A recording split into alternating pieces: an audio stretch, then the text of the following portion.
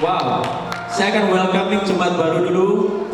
Siapa yang pertama kali berada di tempat ini dan mengikuti ibadah hari ini, boleh saya ingin dengan hormat tangannya terangkat. Kami akan welcome kalian.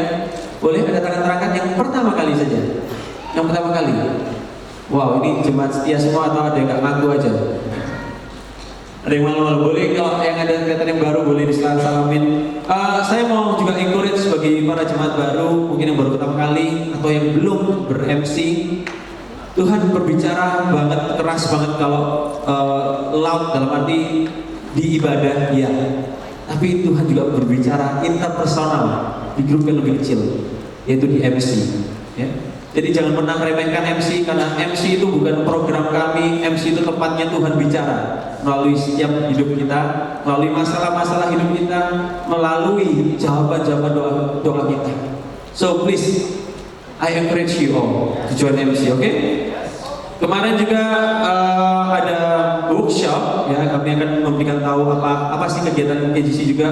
Ada KGC Photography Ministry, itu barusan aja mengadakan workshop fotografi dengan toko kita yang ganteng ini dan single ini. Toko Niko boleh berdiri dulu. Dia adalah wedding photographer profesional, ya. Coba tepuk tangan dulu. Kemarin dia pelayanan untuk memberikan mentoring terhadap beberapa anak kita di KGC Fotografi Ministry. Coba yang ikut, boleh lihat tangan-tangan terangkat yang ikut. Wow, oke, banyak banget teman saya lihat. Ya.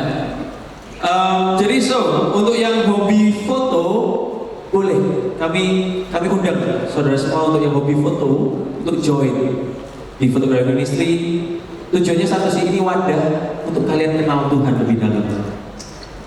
Atau yang hobi di foto juga bisa. Karena kemarin saya lihat soalnya yang ada hobi di foto jadi join juga, yaitu Vanessa Evania jadi modelnya. Mana Vane? Mana? Jadi modelnya ya. Oke, ini saya akan bagikan beberapa pengumuman karena saya tiba-tiba dibombardir pengumuman. Juga akan ada dance community workshop ya oleh ketuanya sendiri yaitu Justin Yohani ya, open class ya, temanya waking ya, kira-kira betul ya waking. Di hari Selasa 18 Februari jam 19, jam 7 malam sampai jam 9 malam di Rock Royal Residence Dance Room lantai 3. Ini ada biayanya, tapi saya pastikan ini biayanya murah karena kenapa? Karena apa yang ditabur oleh dance community ini sungguh luar biasa. Early bird cuma 50.000 aja, tapi bisa sehat, bisa mengerti apa itu waking ya. Waking, pasti ngomongnya gitu, waking. Ya, hubungi Melinda Hartono, please. Melinda Hartono harus berdiri. Melinda, ya itu. Oke, pengumuman berikutnya adalah hari ini saya ingin menyambut juga teman-teman dari KGC City Church. Boleh berdiri KGC City Church? KGC City Church, please. Ya, ini saudara kita yang ibadah di jam 10 di City Church. Ya, kenapa mereka datang hari ini? Mereka kan mengadakan retreat guys, tanggal 22 sampai 23 Februari, dan mereka mengadakan fundraising ya, hari ini mereka kan berjualan minuman seharga 10.000 saja ya. 10.000 ini bukan masuk kantongnya mereka, tapi 10.000 ini untuk membantu kekurangan dana dari mereka udah cumi dan mereka ada kekurangan dana sekitar, boleh saya sebutkan ya, sekitar 4-5 juta. Dan saya mau encourage semuanya KGC Royal untuk serbu itu minumannya, karena keuntungannya bukan untuk mereka sendiri, tapi untuk pelaksanaan retreat ini, dan semua orang di retreat ini akan dikenal sama Tuhan. Oke? Serbu minuman ya nanti ya. Tapi juga kalau KGC City Church akan mengadakan retreat tanggal 22-23, kita juga akan ada KGC Camp 2020 dengan judul Detox. Detox. Karena ketuanya itu ahli kesehatan dan nutrisionis. Karena ketuanya Stephanie Vanessa, tolong berdiri dulu. Saya suka mengemulis beberapa anak-anak saya. Oh itu dari Asia ya. Dia ahli nutrisionis. Tadi kemana-mana bawa timbangan dan ditimbangan satu-satu. Ya, lemak bandelnya berapa? Ya, lean karkasnya berapa? Kok lean karkas? Ya tuh, Stefani Vanessa, judulnya Detox. Save the date ya, jangan buat rencana apa-apa karena tempatnya kita sudah DP juga, tempatnya keren di ICC Padaan. ICC guys, ICC 2012 kita di sana. Save the date 1 sampai 2 Mei. Saya kasih 3 detik untuk mencatat. 1 sampai 2 Mei. 1 sampai 2 Mei itu liburan ya. Oke, next week preacher kita oleh bapak kita sendiri, boleh ditampilkan. Roni Daud Simeon di depan bawa semuanya untuk mendengarkan berita baik. Nah, ini kalau di tangan saya sekarang ada buku, yaitu Social Media is Not Real by Michael Christian. Ya. Itu beliau yang ada di sebelah saya. Saya senang sekali dia berada di sini bersama dengan kita. Saya sedikit mau kasih bocoran dikit ya. Saya masih ada waktu dikit. Ambil waktu dikit nggak apa ya? Tentang preview apa ini social media is not real. So buku ini memaparkan fakta tentang media sosial yang sudah menjadi bagian dalam kehidupan modern sekarang ini. Pasti kan semua ada IG kan, ya? Ada Facebook semua. Tetapi tujuan utama buku ini bukan membuat untuk semua Kijisan akhirnya tiba-tiba sign out ya, dan benar-benar tidak memakai sosial media. So jangan berhenti sebar kebenaran melalui sosmed. Tapi buku ini membuka pandangan kita untuk lebih dalam dan lebih bijak saat kita menggunakan sosial media, terutama untuk menyatakan kebenaran Tuhan lewat sosial media, bukan untuk eksistensi diri, tetapi untuk hal-hal yang lebih esensi. Pastor satu ini beliau adalah gembala dari GBI Gibeon. Ya, GBI Gibeon itu nggak tahu ya dekat sekali. Kami dulu bertumbuh di satu lingkungan yang dekat sekali, yaitu saya cuma tinggal nyebrang ke belakang sekolah bintang di Ponggol itu ketemu Bung Mike ini. Rumah saya di Pakis dan dia di GBI Gibeon itu belakangnya persis. Dan saya melihat pelayanannya dia yang sebelum di Indonesia, beliau di USA sekitar 20 tahun yang lalu ya, 20 tahun yang lalu. Dan saya melihat pertumbuhan gereja yang begitu luar biasa karena benar moto yang dia bangun dan culture yang dia bangun, yaitu gospel center. Dan beliau juga didampingin oleh Novi Christian dan 3 anak, yaitu Jonathan Christian, Jedediah Christian, dan Jane. Moto pelayanan Kompak yaitu Solus Christus, Christ alone, Soli Deo Gloria, yaitu Glory to God alone, dan Gospel Center. Ya. Dan saya juga kemarin, kenapa kami juga di KL 2020, boleh ditampilin fotonya? Salah satunya juga selain Pastor Yosya Yusuf yang merekomend kami untuk datang ke KL 2020 untuk belajar tentang Injil. Ya. Dan salah satunya juga Michael Christian ini yang mengencourage kita, ayo kamu ikut dong yang ini, belajar sesuatu di situ. Dan ini bukti kami ketemu di sana. Kadang-kadang anak muda sekarang harus mana buktinya kok. Oke, tanpa berlama-lama lagi, kami sangat diberkati dengan pribadi ini, Michael Christian. Come on, everybody. Alright, appreciate it. Shalom saudara semua, selamat malam. Ada sukacita hari ini, amin. I'm just so blessed. Saya hanya mau memberikan salam dari Gibeon Church. Saya tahu sekarang ada a bunch of people yang di Gibeon. Saya mau berdoa untuk kita semua. Jadi you guys are being prayed for. Saya juga mau thank you so much untuk Andrew, Hizkia, Nancy, Maria. I met them di KL. Berapa banyak saudara appreciate bahwa sebenarnya saya ketemu dengan banyak gembala. Tapi banyak gembala itu beda. Saya ngomong sama mereka itu beda. Karena mereka ini kalau ngomong sama saya selalu mikirin kalian. Selalu mikirin bagaimana menggembalakan KGC di Royal ini untuk supaya mereka Anda semua semakin kenal Kristus. Saya rasa ini merupakan hati gembala yang benar-benar luar biasa. Why don't you appreciate your pastor? Yes, lebih meriah. Harus lebih meriah. Thank you so much. I really enjoy fellowshipping sama saudara. Anyway, saya ingin nunjukin picture of my family. By the way, this is my family. Saya selalu tunjukin kemanapun saya pelayanan ya, saudara, untuk menghalangi semua godaan-godaan yang tidak diinginkan, gitu saudara. menikah 19 tahun ya. Saya menikah sebenarnya bukan 20 tahun yang lalu. Saya baru pulang ke Indonesia tahun 2014, saudara. Jadi sebenarnya baru 5 tahun setengah. Ini baru bulan Februari ya, saudara ya. Jadi saya pulang kira-kira Mei tahun 2014. Jadi nggak sampai 6 tahun yang lalu. Saya dulu tinggal di Amerika 21 tahun. Saya masih ingat saya pernah khotbah di sini sekali ya sebelumnya. Kira-kira berapa? 3 tahun yang lalu kayaknya. Ya, maybe 2 years ago, yes, something like that, yes.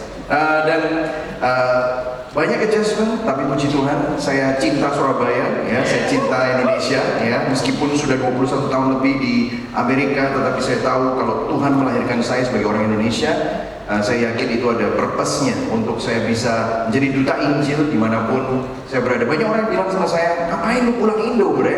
Karena saya sebenarnya udah citizen of United States dan di sana saya ngapain gitu. Tapi namanya panggilan tidak bisa ditolak. Jadi kalau saudara dipanggil dimanapun saudara berada, as long as Jesus is there, maka is the best place for you, right, saudara? Nah, saya akan berbicara mengenai social media is not real, tapi sebenarnya saya akan bicara tentang satu hal today, karena tadi saya membaca mengenai, saya tadi khotbah di Menora, saya melihat visi tahun ini di Rock itu bagaimana membangun foundation, membangun apa yang kita katakan untuk bisa memberikan kehidupan. Saya mau bicara tentang good report.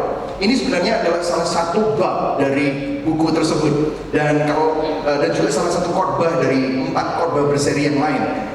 Itulah sebabnya hari ini saya cuma hanya bisa ngomongin tentang satu ini, saudara ya. Nah, kalau kita bicara tentang sosial media, sudah sampai sini ya. Sosial media, sebenarnya sosial media itu mempunyai maksud yang baik. Karena sosial media terus terang membuat yang dulunya susah untuk terkonek, sekarang jadi mudah untuk terkonek. Betul ya, saudara? Saudara nggak usah nunggu reuni untuk ketemu sama teman-teman SMA, teman-teman SMP. Ini ngomongnya saya ya, karena saya lulus SMA. Jangan kaget ya, jangan kaget umur saya. Saya lulus SMA tahun 93, jadi tua banget saya. Jadi kadang-kadang saya kepingin find out where is my friend. Semua teman-teman saya itu gimana? Mereka semua kaget terbelalak karena saya sekarang jadi pendeta gitu, saudara. Karena saya dulu julukannya pendeta juga, tapi pendeta cabul gitu, saudara. Jadi itu julukan saya. Tetapi semuanya kaget karena sekarang saya jadi benar-benar pendeta. Cuman udah nggak ada cabulnya gitu, saudara. Sekarang benar-benar jadi pendeta. Tapi sekarang karena sosial media, saya bisa jadi ketemu sama mereka, nggak usah nungguin reuni. Sosial media membuat yang jauh jadi dekat, membuat orang yang nggak bisa ketemu jadi ketemu. Dan sosial media melalui IG Story, melalui Snapchat, saudara bisa mengalami apa yang teman-teman saudara alami meskipun saudara tidak di sana. Betul ya, saudara? Saudara bisa menikmati keseruan teman-teman saudara karena mereka lagi IG Story. Tadi aja saya juga nggak mau kalah, saudara. Saya IG Story worship KGC Surabaya. Tadi sudah ada yang di mana kok ini? Di mana? Keren banget. You guys did a good job. Jadi orang-orang bisa menikmati apa yang saya nikmati tadi waktu kita nyanyi kau di dalamku, itu semua bisa dinikmati karena semuanya karena sosial media. Nah, kalau saya nanya sama di sini, sosial media, siapa di sini yang punya sosial media? Jangan angkat tangan dulu. Kadang-kadang orang, gue nggak di Facebook atau gue nggak di Instagram.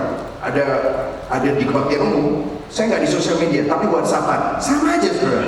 WhatsApp itu sosial media karena saudara update status di WhatsApp, gitu, saudara. Dan saudara forward story yang nggak jelas dan hoax itu di WhatsApp, gitu. Jadi saudara itu sama aja di sosial media. Tetapi saya mau nanya sama saudara, berapa banyak di sini yang punya sosial media? Jujur. Yang tinggi tangan. Wah, semuanya. Oke. Jadi artinya saudara nggak asing lagi dengan ini. Dan sosial media memang sangat berguna. Dan kalau kita lihat, ini kok langsung loncat 2 ya. Oke. Nggak apa-apa, ini aja. Kalau saudara lihat, nggak cuma hanya sosial media, tetapi sekarang budaya selfie, gitu saudara ya. Dari Jokowi sampai rakyat biasa, selfie itu dipost di medsos menjadi norma baru zaman now, gitu saudara ya. Kemana-mana, kalau saya ngikutin story-nya Your Pastor ini, jadi seru. Saya udah tahu dari Pastor ini benar-benar wah keren banget gitu ya. Selfie-nya jago banget gitu saudara. Jadi selfie is amazing gitu ya. Saya pernah tuh, karena saya kurang jago selfie dulu, sekarang udah jago saudara ya. Karena nulis sosial media seperti itu, jadi harus jago. Saya dikasih tahu kalau selfie itu, Mas tuh, kalau selfie itu jangan dari bawah. Saya dulu kalau selfie selalu dari bawah gitu. Salah, dari bawah itu kelihatan double chin. Gak gemuk jadi kelihatan gemuk, kalau dari bawah matanya pastor udah sipit tambah sipit gitu dia bilang gitu. Selfie itu harus dari atas gitu. Kalau dari atas itu kalau double chip gak kelihatan chipnya gitu sebenarnya, makin lancip. Dan karena matanya lihat atas jadi matanya lebih belok gitu. Oh ternyata itu sainsnya gitu sebenarnya. Makanya selfie itu membuat kita sebenarnya jadi makin narsis kalau kita perhatikan. Kalau kita lihat di sini ada menurut Google tahun 2014, ini tahun 2014, ini udah 6 tahun yang lalu. Ada 93 selfie, 93 juta selfie per hari. Saya nggak tahu hari ini sebelum saudara ke KGC mungkin tadi di kamar mandi juga ada yang selfie, gitu saudara.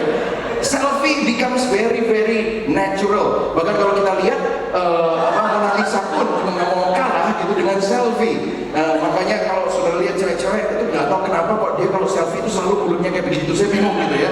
Apa intinya gitu ya saudara ya. Tetapi Mona Lisa pun akhirnya mau jadi seperti zaman now. Bahkan di Inggris ada seorang remaja yang berumur 19 tahun namanya Danny Bowman. Dia mencoba bunuh diri karena tidak puas dengan hasil selfie-nya. Dia menghabiskan 10 jam dalam sehari untuk selfie lebih daripada 250 kali. Karena merasa kecewa, pemuda ini hampir saja mengalami overdosis. Sampai akhirnya dia harus diterapi. Jadi bayangkan saudara, sosial media ini pertamanya baik, tetapi sudah bergeser menjadi sesuatu yang tidak lepas dari kebutuhan kita. Tetapi kadang-kadang kita begitu obses, sehingga kita menghabiskan begitu banyak waktu. Kalau saya tanya sama saudara hari ini, saya nggak ngomongin tentang selfie lagi, tetapi kita bicara berapa banyak waktu yang kita habiskan untuk media sosial. Seringkali, saya bukan untuk membuat saudara ini merasa tertuduh, tetapi seringkali kita bangun tidur, apa yang pertama kali dilihat? Apa koran? No. Apa yang dilihat? HP. Betul ya saudara? Apa yang dilihat? Instagram. Postingku semalam di like berapa? Gitu saudara. Itu yang ditanyakan. Betul saudara? Kadang-kadang kita merasa rendah diri. Kenapa kok orang lain postingnya di like lebih banyak daripada saya? Kenapa orang itu followernya lebih banyak? Padahal sekarang follower bisa beli. Dan kalau saudara lihat follower saudara, kadang-kadang saudara nggak kenal mereka semua itu siapa. Apakah itu yang dinamakan teman? Apakah itu yang dinamakan populer? Bahkan ada orang yang merasa bahwa harga dirinya terganggu pada saat posting like-annya itu kurang dari 1000 atau 500 atau nggak tahu berapa standarnya, sehingga harga diri kita sangat ditentukan oleh posting dan like orang lain. Kalau kita perhatikan, seringkali kita menghabiskan begitu banyak waktu pada sosial media. Nah, kalau kita perhatikan juga di sekeliling kita, akhir-akhir ini begitu banyak kabar buruk, begitu banyak masalah di dalam dunia ini. Nah, saudara perlu hati-hati, karena begini saudara, saya mau bicara tentang foundation ya, saya mau bicara tentang pikiran kita, karena cepat banget ya, apa yang paling banyak kita baca dan dengar mempengaruhi bahkan menentukan pikiran kita, betul saudara? Kalau saudara baca hoax, saudara baca kabar buruk, saudara memikirkan hal-hal tersebut, gak heran kadang-kadang kehidupan kita penuh dengan kegalauan. Gak heran kehidupan kita penuh dengan stres, beban. Nah, saya mau kita lihat hari ini firman Tuhan.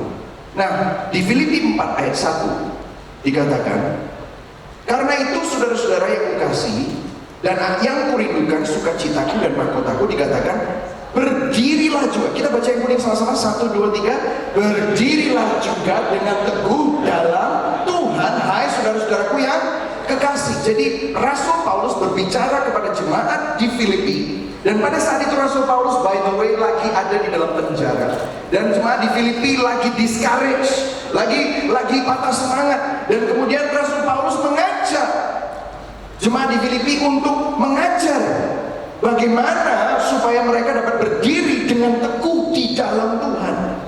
Saudara, di tengah-tengah dunia yang penuh dengan kesukaran, kabar buruk, coronavirus, dan kalau saudara lihat trade war yang terjadi, saudara lihat ekonomi, saudara lihat politik, saudara lihat semua yang terjadi di dalam dunia ini di Januari dan Februari, kayaknya dunia tahun 2020 kayaknya agak suram deh. Di tengah-tengah semua itu, kita perlu mendengar apa yang Paulus katakan. Kamu perlu untuk bisa tahu bagaimana caranya berdiri dengan teguh dalam Tuhan. Bahasa Inggrisnya, stand firm in the Lord this way. Oh, dikasih tahu caranya. To stand firm in the Lord, ini caranya. Caranya bagaimana? Nah, ini kita akan baca. Dan satu-satu kita akan lihat, dan saya akan berikan kepada saudara contohnya dan nanti kita akan ambil konklusinya ya. Caranya gimana? Janganlah hendaknya kamu khawatir tentang apapun juga. Jangan khawatir. Kenapa? Karena kita ini suka khawatir. Itulah sebabnya Pak Paulus bilang jangan khawatir. Dan dia dikatakan koma, tetapi nyatakanlah dalam segala hal keinginanmu kepada Allah dalam apa, saudara? Doa dan ucapan syukur. Doa dan ucapan syukur. Gini ya saudara, banyak orang kita ini khawatir. Kita ini sering kali mendengar begitu banyak berita, mendengar begitu banyak WA yang gak benar. Saudara dengerin Kobe Bryant meninggal, dengerin coronavirus, dengerin dolar naik turun, saudara main saham juga naik turun, gak jelas. Saudara nggak tahu apa yang terjadi di Hong Kong. Semua, by the way, saya mestinya pergi ke Eropa besok ya saudara, tetapi flight saya cancel. Untung saya, karena Italia nggak mau, Eropa nggak mau terima. Untung saya harus rehab segala macam. Puji Tuhan ada, ya misalnya karena kalau nggak semua hotel saya hangus gitu saudara. Tetapi ini berbicara tentang dunia nggak makin baik. Jadi itulah sebabnya kalau saudara dengerin dunia, saudara akan selalu khawatir. Selalu khawatir. Terus dikatakan apa? Nyatakanlah dalam segala hal keinginanmu kepada Allah dalam doa. Jadi kalau saudara khawatir, gimana caranya supaya nggak khawatir? Gimana caranya menghapus kekhawatiran? Sebenarnya nggak bisa dihapus, mau ada gitu. Gimana caranya? Doa. Terus dikatakan apa? Doa dan permohonan dengan ucapan syukur. Saya mau kasih tahu kepada saudara prinsip sedikit, karena ini bukan khotbah tentang doa, tapi saya harus ngomong karena ini ada di sini. Doa itu bukan untuk membuat hati Tuhan berubah, atau saudara minta sesuatu akhirnya doa saudara seakan-akan perlu dikabulkan. Bukan tentang itu. Oke, dengerin saya. Doa, kalau saudara berpikir, ada yang bilang gini, doa itu menggerakkan hati Tuhan. Doa itu mengubah supaya Tuhan bergerak atas otoritas yang kita katakan di dalam dunia. Nah, saudara, kita harus berhati-hati kalau ngomong begitu. Karena kalau itu betul, saya mau kasih tahu kepada saudara, kalau itu betul, artinya yang jadi Tuhan siapa? Betul saudara? Tuhan atau kita? Kalau Tuhan bergerak gara-gara kita berdoa, kan berarti yang bosnya kita. Alkitab nggak bilang begitu. Tapi dikatakan apa? Kenapa kok doa itu jadi penangkalnya untuk khawatir? Karena begini saudara, dengarkan saudara. Waktu kita berdoa, sebenarnya yang pertama ada dua hal yang terjadi. Yang pertama, kita sedang bilang kepada Tuhan, aku nggak bisa hidup tanpa kamu. Karena kalau saudara nggak berdoa, saudara akan punya kecenderungan untuk selalu pakai kekuatanmu sendiri. Saudara pasti pakai cara jalanmu sendiri. Kalau nggak ada duit langsung utang siapa? Itu kan begitu saudara. Kalau ada apa-apa langsung mikirnya pakai apa? Caranya gimana? Saudara pakai cara sendiri. Itulah sebabnya kita harus sering doa. Doa itu bukan harus posturnya begini saudara. Tetapi doa itu bisa di mobil, dimanapun saudara berada, di dalam pekerjaanmu, di kantor, bahkan di kamar mandi, saudara bisa doa. Karena saudara sedang galau, sedang khawatir, saudara naikkan dalam doa. Karena itu menunjukkan, waktu saudara berdoa, saudara bilang sama Tuhan, Tuhan aku nggak bisa hidup tanpa Engkau, makanya aku mau bergantung dalam kelemahanku, dalam kekhawatiranku, aku mau serahkan semua kekhawatiran kepadamu. Sehingga yang pertama, waktu saudara berdoa, saudara diingatkan bahwa saudara ini nggak bisa hidup tanpa Tuhan. Saudara bergantung banget sama Tuhan. Itu yang pertama. Yang kedua, kenapa kok doa ini membantu kita supaya nggak khawatir? Yang kedua, waktu saudara berdoa, Roh Kudus menyelaraskan hati saudara dengan hati Tuhan. I found myself, pertamanya mungkin saya berdoa tentang bisnis saya punya bisnis di Amerika. Kadang-kadang kita itu sedang mendekati seorang customer.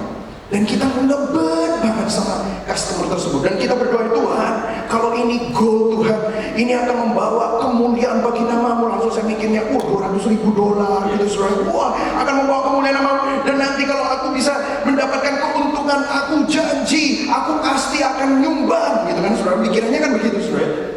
Dan kita memaksakan mungkin itu pada waktu itu. Tapi Tuhan terima ya. Dan saya khawatir, kalau nggak dapat, waduh Tuhan, nanti saya akan susah, gimana ya Tuhan? Tapi saya doa aja. Tetapi waktu saya berdoa seminggu, saya tetap doakan itu. Tiba-tiba saya mulai berubah. Tapi Tuhan, kalau itu memang yang terbaik dari Engkau, kalau memang aku nggak boleh dapat itu, aku yakin Engkau pasti berikan yang lebih baik daripada itu. Kalau misalnya yang lebih baik itu gak sebesar itu, aku percaya Tuhan, itu artinya belum waktunya aku untuk bisa handle customer sebesar itu. Tiba-tiba saya mulai begitu, terus saya bingung, kayaknya beda ya sama minggu lalu doa gua. Apa yang terjadi? Waktu saudara berdoa, hati saudara mulai diselaraskan. Tiba-tiba waktu kita berdoa, kita bergantung sama Tuhan, tiba-tiba saudara mulai berubah. It's not my will anymore, it's God's will. Jadi kalau orang berdoa terus dijawab doanya, itu bukan orang itu yang sakti. Tapi waktu saudara berdoa dijawab doanya, itu Roh Kudus yang berkarya, yang menyelaraskan hati saudara yang dulunya nggak selaras, sekarang jadi selaras. Sehingga apa yang kamu minta sesuai dengan kehendak Tuhan. Dan tiba-tiba seakan-akan doamu itu kok manjur. Nah, doa manjur itu bukan karena saudara yang hebat, tetapi semata-mata karena Roh Kudus yang berkarya melalui saudara. Amin, saudara. Makanya dikatakan apa? Dengan ucapan syukur. Dengan ucapan syukur itu seperti apa? Apapun yang menjadi kehendakmu Tuhan, aku tahu Tuhan, Allah terus bekerja dalam segala sesuatu untuk mendatangkan kebaikan. Kalaupun jawabannya no, artinya saya nggak usah galau, saya nggak usah pusing, karena saya tahu Tuhan yang memegang hidup saya, tahu yang terbaik untuk saya, tahu timingnya. Amin, saudara. Nah, waktu ini dikatakan, efeknya apa? Ayat 7. Ayat 7, efeknya lihat, damai sejahtera, kita baca sama-sama 1, 2, 3. Damai sejahtera Allah yang melampaui segala akal akan memelihara hati dan pikiranmu dalam Kristus Yesus. You bisa rest, you bisa tenang, karena saudara tahu, bukan malas ya, saudara bekerja, saudara mengusahakan, tetapi saudara waktu khawatir, saudara bilang sama Tuhan, saudara mengucap syukur. Tapi di tengah-tengah semuanya itu, di tengah-tengah ketidakpastian, saudara tahu pasti bahwa Tuhan memegang kendali, sehingga ada damai sejahtera, shalom Tuhan itu memelihara hati saudara. Dan kemudian dikatakan apa? Wis, kebangan ini. Ini kayak harus kungfu sedikit gitu. Gimana? Oke ya. Dan apa yang telah kamu pelajari? Sebentar, belum. Ayat 8-nya. Ayat 8-nya kok hilang ya? Oke.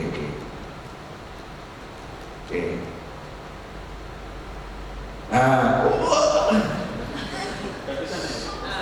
bantu saya. Itu aja yang ayat 8. Nah, jadi akhirnya, wah ini saudara. Artinya apa? Ini kata-kata konklusi. Jadi akhirnya, katakan sama-sama. Jadi akhirnya, oke. Saudara-saudara, semua yang benar, semua yang apa? Mulia, semua yang adil, semua yang suci, semua yang manis, semua yang sedap didengar, semua yang disebut kebajikan dan patut dipuji, pikirkanlah semuanya itu. Wow. Pikirkan semuanya itu. Jadi jangan biarkan sosial media yang penuh dengan racun, penuh dengan segala macam negatif, semua hal-hal yang bukan dari Tuhan, semua filosofi dunia, jangan dipikirin terus. Tetapi pikirin yang ini semua, yang benar. Saya mau tanya sama saudara, ini sebenarnya bukan ngomongin tentang positive thinking. Saya mau kasih tahu kepada saudara, siapa yang paling benar di seluruh jagat raya ini? Siapa yang paling mulia di seluruh jagat raya ini? Namanya siapa? Lihat, adil, suci, manis, sedap didengar, kebajikan dan patut dipuji. It's talking about Jesus. It's talking about Jesus. Kalau kamu kepingin supaya hatimu itu benar-benar mengalami damai sejahtera, think about Jesus. Saudara, seringkali di dalam kehidupan kita selalu pikirnya tentang nilai, tetapi kita lupa bahwa kebenaran itu bukan teori yang dipelajari, tetapi kebenaran adalah pribadi yang perlu kita kenal. Pribadi yang perlu kita kenal. Namanya Yesus. Dan dikatakan apa? Selanjutnya ayat 9. Dan apa yang telah kamu pelajari, dan apa yang telah kamu terima, dan apa yang telah kamu dengar, dan apa yang telah kamu lihat padaku, lakukanlah itu. Maka Allah sumber damai sejahtera akan menyertai kamu. Nah, ini ada yang menarik. Karena tadi dikatakan apa? Nah ini, yang ayat 7, damai sejahtera Allah yang melampaui segala akal akan memelihara hati dan pikiran. Tapi yang ayat 9-nya apa? Dikatakan apa? Maka Allah sumber damai sejahtera akan menyertai kamu. Yang tadi damai sejahteranya aja, terus yang ini Allah sumber damai sejahtera. Nah, saya pernah dengar tafsiran yang begini. Ini level. Jadi kalau yang tadi itu jangan khawatir, dengan doa dan ucapan syukur, maka damai sejahteranya ada di sini. Tapi waktu kamu mikirin Yesus, maka damai sejahteranya itu bukan cuma hanya damainya saja, tetapi Allah sumber damai sejahtera akan menyertai kamu. Sebenarnya bukan. Tetapi Rasul Paulus ingin ngomong gini sama kita. Dengerin saya. Rasul Paulus mau ngomong gini sama kita. Ini saya kasih sedikit. Nah, kita gagal melihat penyertaan Tuhan karena bahan perenungan yang salah. Jadi begini, kalau waktu ini akan saya jelaskan pada saudara. Maksudnya itu adalah sebenarnya Allah sumber damai sejahtera. Kalau saudara ada di dalam Kristus, tadi kita baru nyanyi, tiada kuasa yang dapat pisahkanku dari kasihmu. Itu dari Roma 8 ya. Siapa yang bisa memisahkan kita dari kasih Kristus? Tidak ada. Tetapi gini, kenapa orang yang sudah bersatu dengan kasih Kristus masih sering khawatir? Kenapa orang yang sadar bahkan nyanyi, hidupku bukannya aku lagi, tapi Yesus dalamku. Begitu keluar, utangku, aduh gimana ini, aku kok belum dapet jodoh, aduh, selalu pusing. Kenapa? What happened?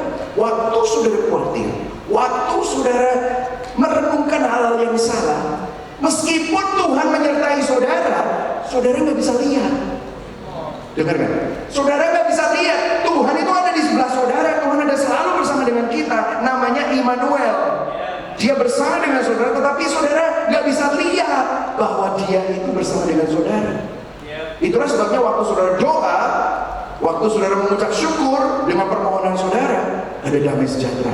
Tetapi waktu saudara mulai mikirin Yesus, Dia bukan cuma hanya damai sejahtera aja, tetapi Sang Raja Damai. Itu kelihatan.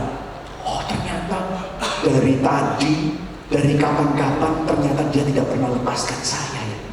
Puji Tuhan. Sehingga saudara bisa tenang.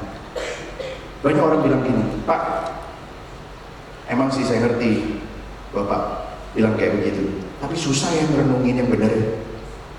Banyak yang bilang begitu. Saya kalau konseling sama orang, Pak susah Pak, supaya saya gak khawatir itu susah. Meskipun saya udah doa, begitu amin khawatir lagi gitu sudah. Ayo, realistik ya, ngomongin begitu ya. Saya mau tanya sama saudara, siapa di sini yang pernah paling tidak khawatir sampai kadang-kadang kepikiran, sampai agak susah tidurnya? Angkat tangan. Yang gak angkat tangan berarti gak pernah khawatir. Mau tak doakan biar khawatir. Jujur, saya juga. Siapa yang pernah khawatir? Nah, oke, stop. Oke, bisa turunkan. Kalau sudah pernah khawatir, banyak orang bilang, Pak, merenungkan firman, merenungkan kebaikan Tuhan itu susah Pak. Saya mau kasih tahu kepada saudara, saudara sebenarnya udah jago merenung. Cuma merenungin yang salah, makanya khawatir terus. Betul gak?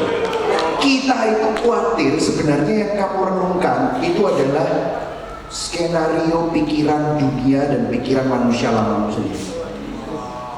Itulah yang terjadi pada waktu saudara khawatir. Khawatir adalah perenungan akan hal-hal yang belum tentu terjadi dan selalu negatif. Betul atau tidak? Itu yang bikin saudara khawatir, itu yang bikin saudara ketakutan, itu yang bikin saudara stres. Saudara melihat, saudara kerja, misalnya saudara kerja di sini kelihatannya banyak OM ya saudara kerja. Saudara dengar bos saudara lagi telepon bisik-bisik ngomongin tentang utang perusahaan, lagi sepi segala macam. Saudara mulai mikir, wah, kalau perusahaan gua bangkrut, gua kena PHK, gua gimana bayar cicilan? Belum terjadi kan? Tapi udah mikir, kalau gua nanti gak bisa bayar cicilan mobil, terus gimana gua dapet jodoh ya? Atau sekarang, gimana ya? Nanti pacar gua masih mau gak ya sama gua ya? Terus habis itu gimana dong masa depan gue? Panjang banget, sampai gak bisa tidur. Padahal belum terjadi. Yang saudara renungkan adalah saudara merenungkan hal-hal yang salah. Saudara, kalau kita itu gak sadar, maka perenungan kita itu perenungan yang berasal dari dunia. Saudara, saya mau berdoa supaya sebenarnya yang perlu diganti itu adalah bahan perenungan kita. Yang perlu diganti itu adalah bahan perenungan kita.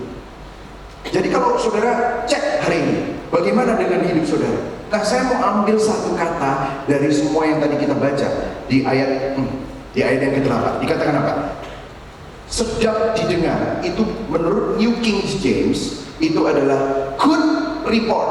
Nah, ini good report. Katakan sama-sama, good report.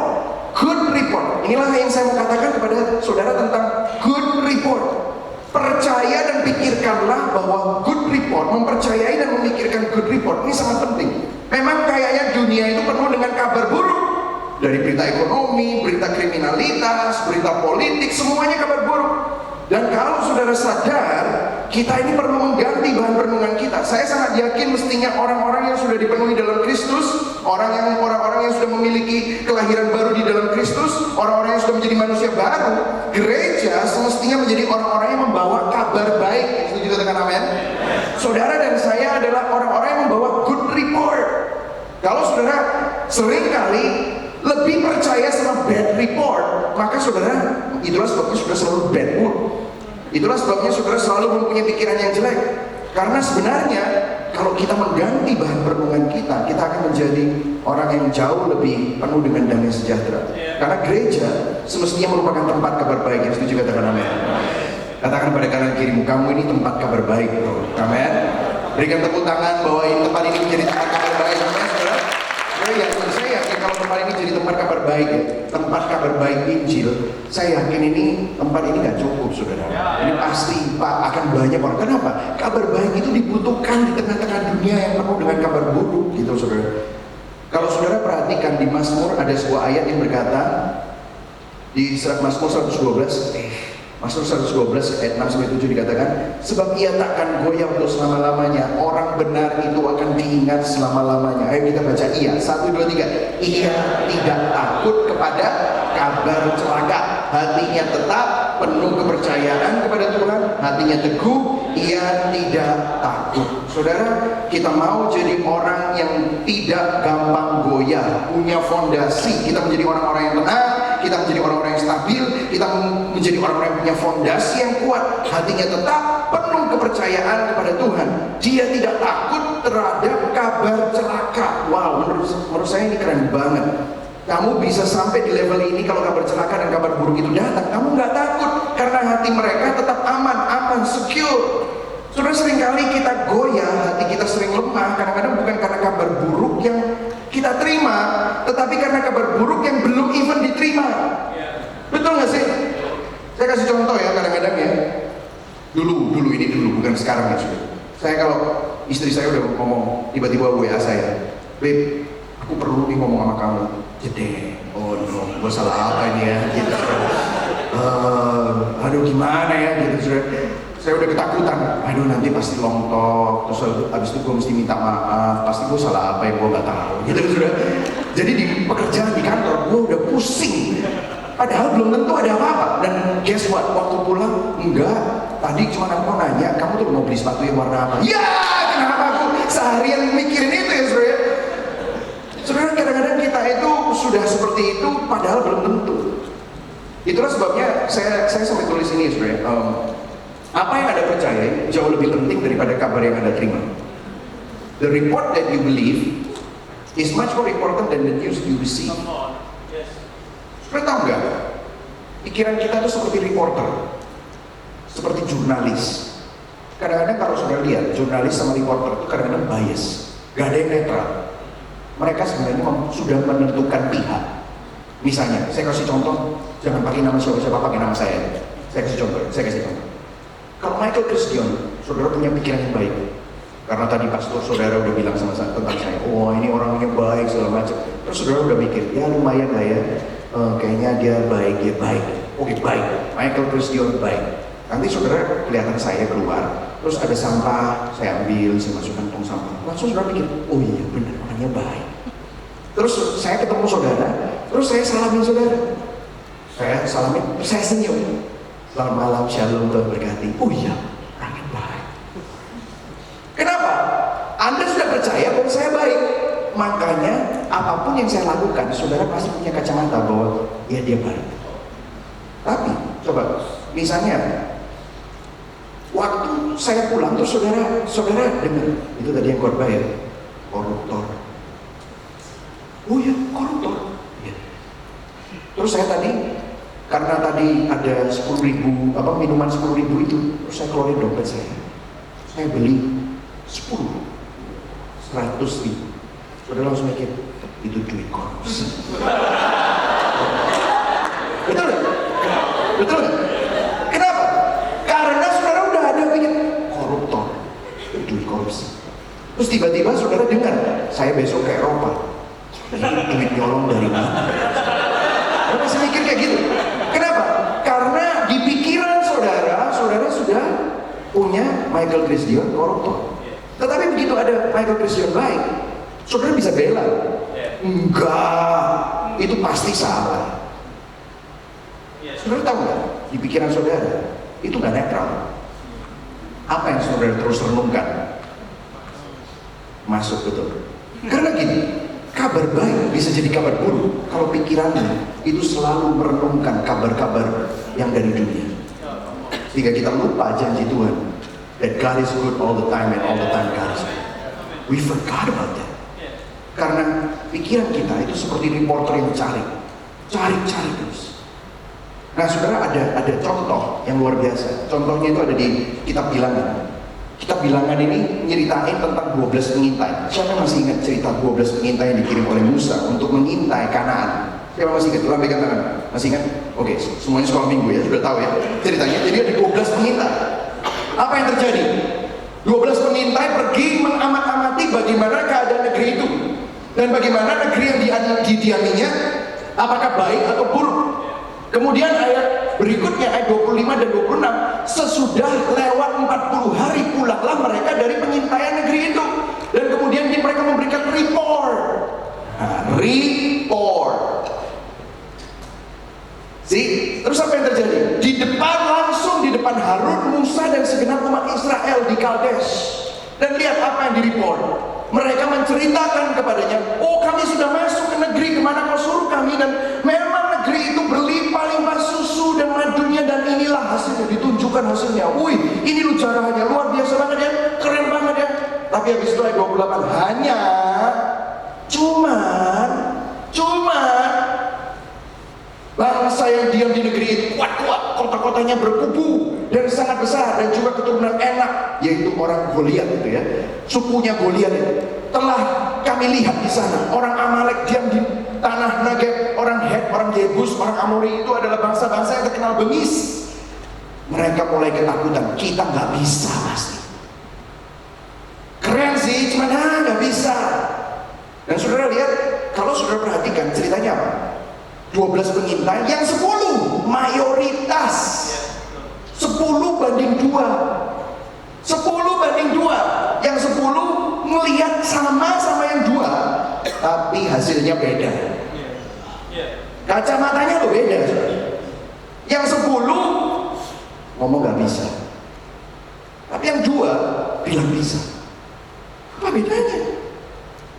Nah, di sini saudara baca. Kemudian Kaleb mencoba menenteramkan hati bangsa itu di hadapan Musa. Silence the people maksudnya. Karena waktu itu orangnya semuanya pada marah. Ngapain kita ke sana? Musa kan udah bilang kita akan masuk ke sana. Wah, nggak mau. Katanya Kaleb bilang, tidak, kita akan maju dan menduduki negeri itu sebab kita pasti akan mengalahkannya. Wah, keren banget. We will, we should, and we will. Kita akan dan kita pasti. Ini berani banget. Saudara, sering kali kita nggak sadar bahwa kacamata kita itu akan menentukan realita kita. Kacamata kita melihat sesuatu di dalam dunia ini, kita akan melihat sesuatu yang berbeda saat kita punya kacamata yang bukan sesuai dengan Injil, nggak sesuai dengan janji Tuhan. Maka yang kita lihat adalah hal-hal yang, jadi mau dikasih kabar baik pun tetap aja akhirnya saudara nggak bisa bersuka cita, nggak bisa damai. Contoh ya. Ini by the way, kesimpulannya adalah perenungan Anda akan menentukan realita Anda. Beneran? Karena gini, soalnya saya pernah ketemu sama orang, dia baru cerita sama saya, mukanya tertunduk gitu, ngomong sama saya, pastor, saya baru naik pangkat. Oh, mukamu nggak sesuai sama kabar ya? Baru saya dengar. Kenapa?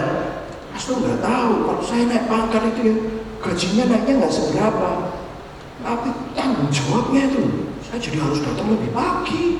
Saya nanti kalau kena itu nanti kena SP1, SP2, SP3. Sebentar. Ada yang salah deh. Kamu baru naik pangkat. Kamu ini baru naik pangkat. Iya. Loh, kamu ini baru naik pangkat. Kamu tahu nggak? Itu merupakan hidupmu itu stewardship. Hidupmu adalah titipan. Tuhan menitipkan sesuatu dalam hidup dan Tuhan naikkan. Itu artinya Tuhan ada anugerah di sana. Artinya kamu ini sedang dibawa sama Tuhan untuk melalui proses supaya kamu belajar. Kok malah mukamu panjang gitu ya pastor? Iya. Saudara lihat, ada yang komplain sama saya, pastor, mukanya ditekuk-tekuk gitu. Istriku hamil. Duh, kenapa kamu kok nggak senang tuh? Langsung mikirnya gini, mahal pastor. Duh, kamu tahu nggak berapa orang yang berusaha untuk punya anak? Susah banget. Kamu ini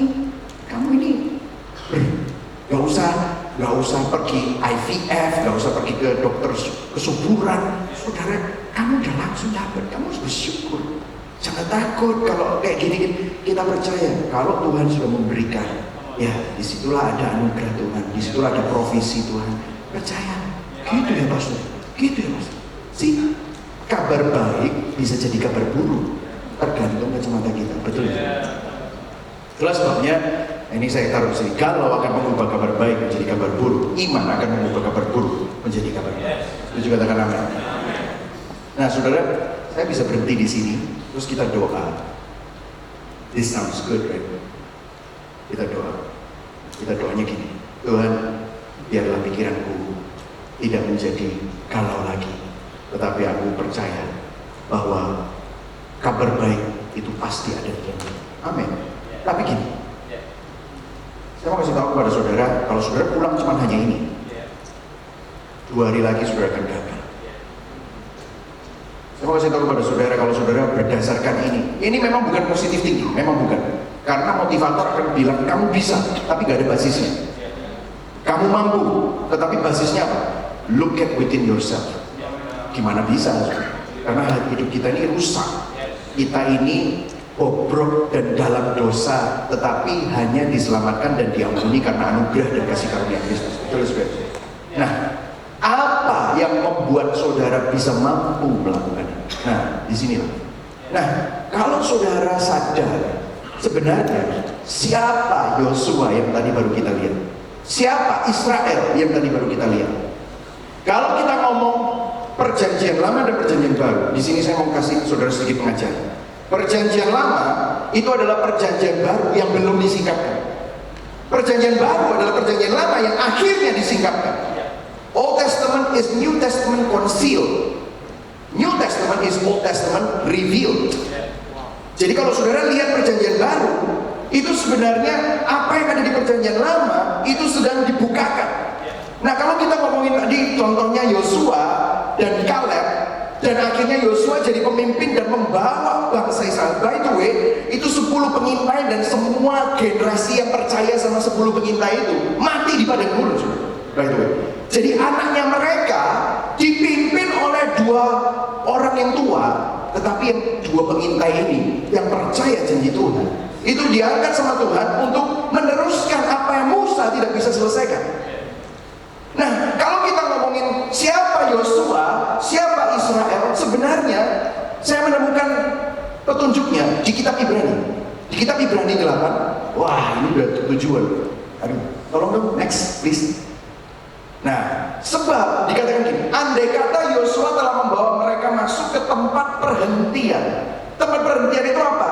Tanah perjanjian itu. Tanah perjanjian itu apa? Yang sudah dijanjikan Tuhan, karena bangsa Israel itu dibelenggu oleh perbudakan Mesir dan dibawa oleh Musa keluar. Tetapi karena tadi 10 pengintai itu lebih percaya sama kabar buruk, lebih percaya sama pikiran mereka, lebih percaya sama kekuatan mereka daripada Tuhan, makanya dibawa 40 tahun keliling-keliling di padang gurun. Dan pada waktu itu Musa mati. Kalau saudara baca Yosua, hambaku Musa mati, maka Yosua jadi pemimpin. Dan kalau saudara lihat, Musa jadi pemimpin membebaskan bangsa Israel keluar dari perbudakan Mesir dan kemudian diteruskan oleh Joshua, akhirnya masuk ke tanah perhentian, tanah perjanjian, yaitu tempat perhentian. Dikatakan apa? Andai kata Yosua telah membawa mereka masuk ke tempat perhentian, pasti Allah tidak akan berkata-kata kemudian tentang suatu hari lain.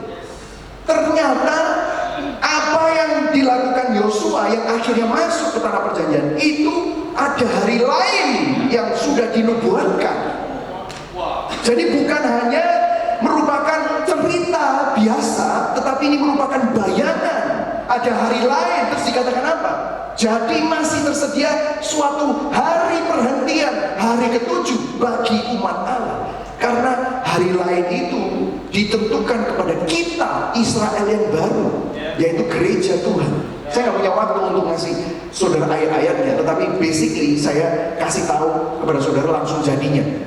Ayat ini berbicara bahwa Yosua itu adalah tipologi Kristus. Bahwa di perjanjian baru Kristus adalah Yosua yang sempurna. Bukan hanya sekedar cerita Yosua. Seringkali kita dibilang, kamu itu loh seperti Yosua, itu loh. Kamu harus jadi seperti Yosua. Yosua tuh hebat. Yosua itu bisa berpikiran positif, meskipun yang lain-lainnya itu berpikiran negatif. Memang ada nilai yang baik di situ. Tapi saya mau kasih tahu, kuncinya bukan itu. Alkitab bukan tentang kita, tetapi Alkitab itu tentang Tuhan, ditulis untuk kita. Jadi Alkitab itu bukan tentang kita. Jangan jadikan saudara, karena kita ini generasi narsis, jadi seringkali kita taruh kita di tengah-tengah Alkitab. No. Alkitab bukan tentang kita, tetapi tentang Tuhan, ditulis untuk kita. Jadi waktu saudara baca Yosua, saudara nggak disuruh jadi kayak Yosua.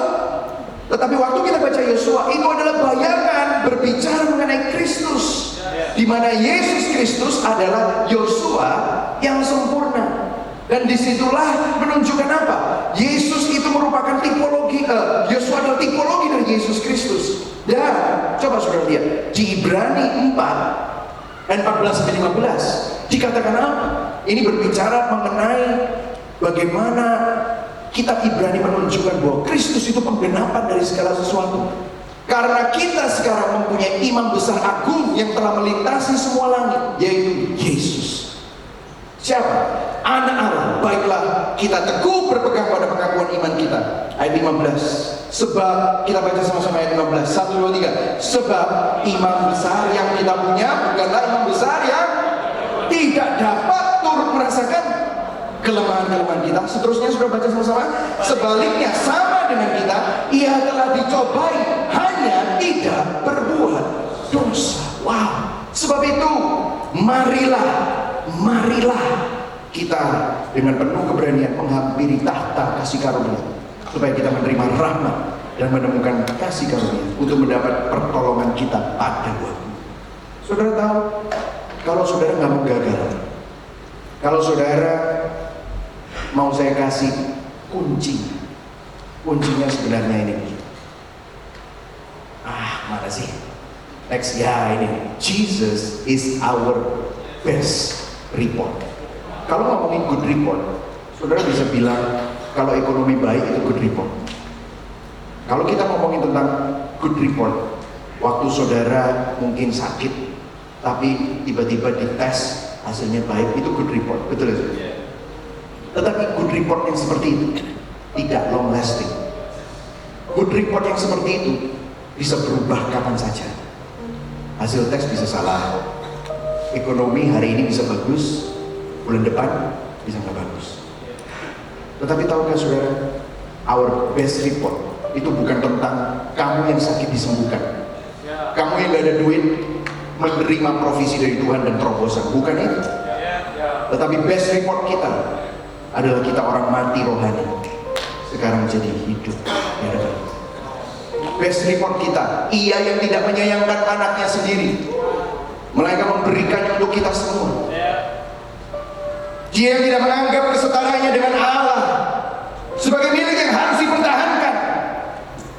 Dia mengosongkan dirinya, mengambil rupa menjadi seorang hamba, supaya kita yang hina, dia rela bahkan lahir di kandang yang paling, supaya kita yang hina menerima kemuliaan. Dia taat sampai mati, dia taat. That's the best report. Karena bukan kita yang cari Tuhan, Tuhan yang cari saudara.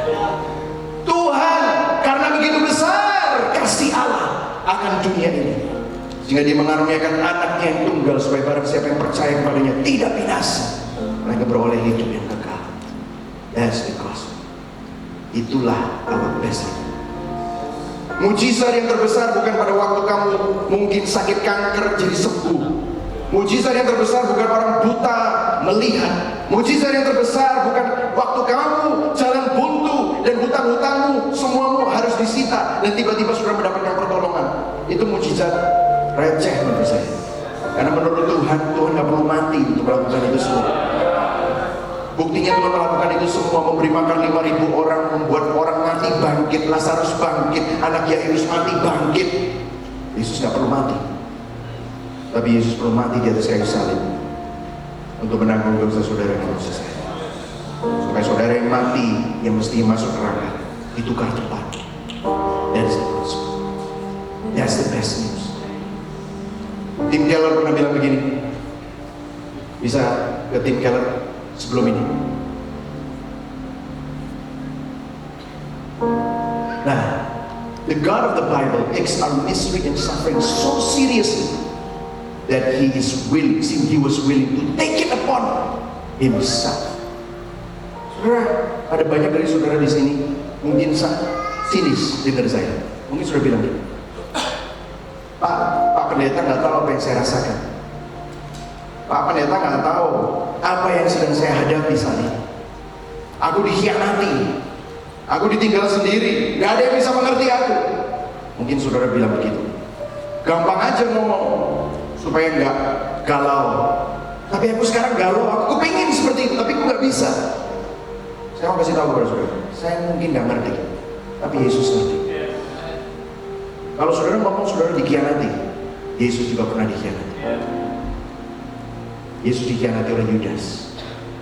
Kalau saudara ngomong saya ditinggalkan sendirian, Yesus juga pernah ditinggalkan sendirian.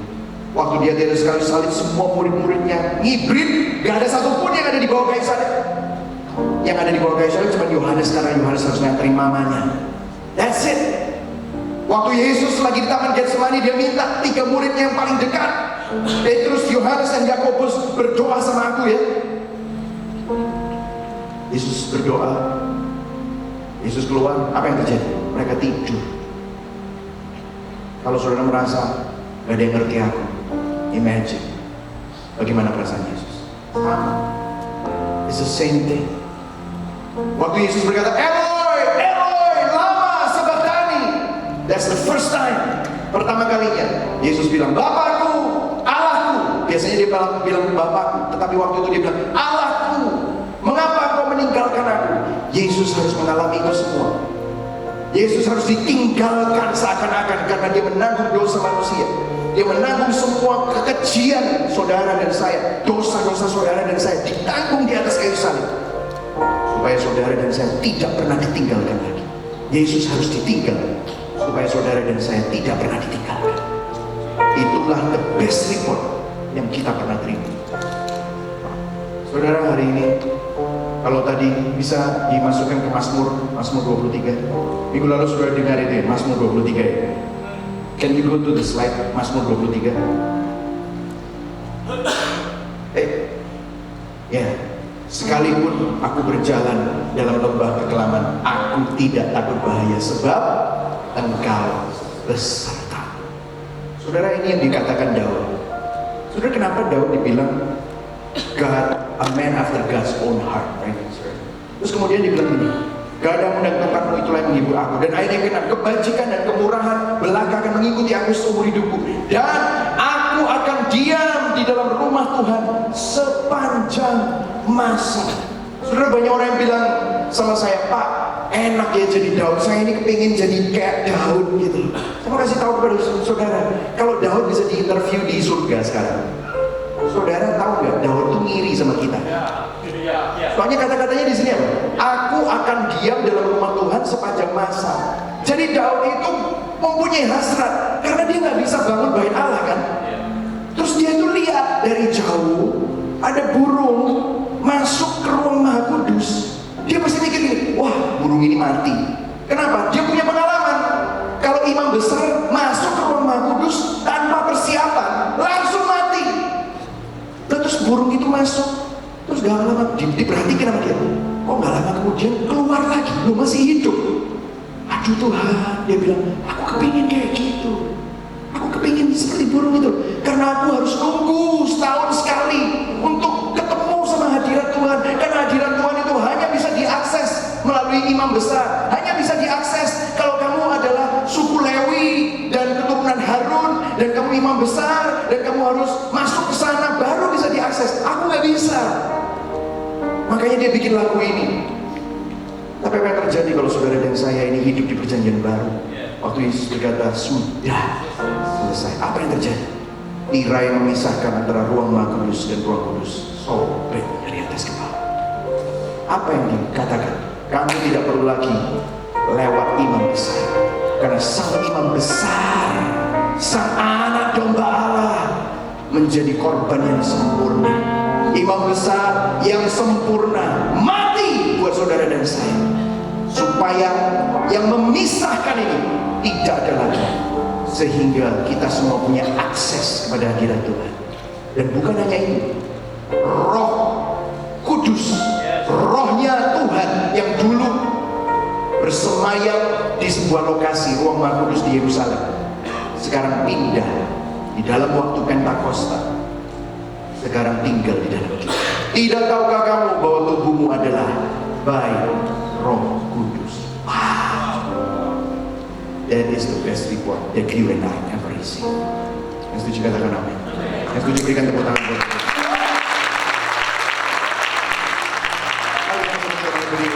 Saya bisa minta slide yang terakhir ini, slide yang sesuai ini. Slide yang sesuai ini. Yes. Look at it. True peace comes not from the absence of trouble, but from the presence of God. Damai yang sejati bukan waktu kita minta Tuhan supaya gak ada lagi yang namanya masalah, tetapi justru dalam hidup ini saudara pasti akan mengalami masalah. Tapi jangan takut, karena yang bersama dengan saudara itu siapa? Kalau Tuhan bersama dengan saudara, dialah kabar yang terbaik yang pernah kita miliki. Tidak ada yang lain. Biar saudara ingat bahwa Yesus bersama dengan kita dan tidak pernah meninggalkan kita. Think about Him. Think about, see Him. Pandang kepada Dia. Karena tidak ada yang bisa memisahkan kita dari kasih Kristus. Amin saudara. Ayat yang terakhir kita baca sama-sama. Bisa diklik. Lihat ini bukan saya yang ngomong. Sorry to burst your bubble. Apa ya? Maafkan kalau saya harus sepertinya ngomong kepada saudara suatu realita. Tapi yang ngomong bukan saya, tapi Yesus. Lihat. Kita baca sama-sama. 1, 2, 3. Di dunia kalian akan, loh, bukan saya. Maksudnya apa sih? Jangan takut dulu, jangan takut dulu. Maksudnya apa? Saudara tahu besok saudara balik ke kerja, itu penderitaan. Itu kutuk Adam. Betul ya saudara? Kita semua kerja, itu kutuk Adam. Ini semua para wanita, kalau nanti saudara menikah dan kemudian saudara punya anak, itu kutuk Hawa, sakit punya anak itu. Kita semua ada dalam penderitaan. Jadi jangan pernah berpikir, Tuhan aku minta supaya ada terobosan, supaya aku gak menderita. Meskipun saudara keluar dari masalahmu yang sekarang, nanti ada masalah lain yang akan menunggu. Dan dalam hidup ini, sampai kita mati, kita akan mengalami penderitaan. Tetapi lihat di sini dikatakan apa? Tapi tabahkanlah hatimu. Dikatakan apa? Baca sama-sama. Aku sudah mengalahkan dunia. Berikan tepuk tangan buat Tuhan. Tuhan sudah mengalahkan dunia. Dengarkan saya. Di luar Kristus penderitaan kita itu fana, gak ada artinya. Tetapi di dalam Kristus, kalau saudara mengalami masalah, itu jadi berharga. Karena di situ saudara akan mengalami anugerah, keindahan, kebaikan Tuhan, mujizat Tuhan di dalam hidup saudara, kesetiaan Tuhan. Jadi indah. Sehingga penderitaanmu, air matamu itu jadi bermakna, itu jadi berharga, karena ada Kristus yang tinggal di dalam kamu. Kamu tidak pernah ditinggalkan sendiri. Itulah sebabnya saudara gak perlu galau, karena apapun yang saudara hadapi, saudara lebih dari pemenang. Amin saudara. Mari sama-sama kita pegang dada kita, angkat tangan kita. Saya rasa firman ini bukan cuma untuk 1 atau 2 orang, tapi untuk kita semua. Kalau sudah mau meresponi firman Tuhan, pegang dadamu, angkat tanganmu. Tuhan, tata ulang hati kami. Biarlah hati kami tidak mencari hal-hal yang fana. Biarlah kami sadar bahwa Engkaulah kabar kami yang terbaik. You are our best report. Kami mengangkat tangan sebagai tanda, Tuhan. Biarlah kami berserah, kami menyerahkan semua kekhawatiran kami, ketakutan kami. Kami mau, Tuhan, hati kami benar-benar, mata kami tertuju kepada Yesus Kristus. Karena Engkaulah fondasi kami, Engkaulah batu penjuru kami, Engkaulah kepastian di tengah-tengah ketidakpastian, Engkaulah yang menjadi penyelamat kami, Engkaulah yang menjadi harapan kami. Kalau ada di antara kami yang putus asa, biarlah kami menemukan pengharapan di dalam-Mu yang tidak mengecewakan. Kalau ada di antara kami yang sudah hambar, yang sudah tawar hati, biarlah Engkau renew their first love. Perbaharui kasih mereka yang mula-mula. Kalau ada di antara kami yang mungkin saat ini sudah benar-benar patah semangat, biarlah kami menemukan semangat yang baru di dalam Engkau. Kalau ada di antara kami yang lemah, biar kami menemukan kekuatan di dalam Engkau. Kami berdoa biarlah hari ini kami menerima sekedar lebih daripada sekedar positive thinking. Tapi kami menerima, kami diingatkan bahwa Yesus Kristus, Sang Firman itu yang berinkarnasi, yang sudah mati bagi kami dan bangkit dan memberikan rohnya, roh yang sama yang membangkitkan Yesus Kristus, tinggal di dalam kami. Maka kami tahu, kami tidak perlu takut, karena tidak ada yang bisa memisahkan kami dari kasih Kristus. Tuhan, Abang berhenti berbicara, tetapi biarlah Injil terus terngiang-ngiang dalam hati kami, dan biarlah kami menghidupinya, bukan sebagai teori, tapi sebagai keyakinan yang kami hidupi. Di dalam nama Bapa, Putra dan Roh Kudus, di dalam nama Tuhan Yesus Kristus, Allah Tritunggal yang Esa, yang percaya sama-sama katakan amin.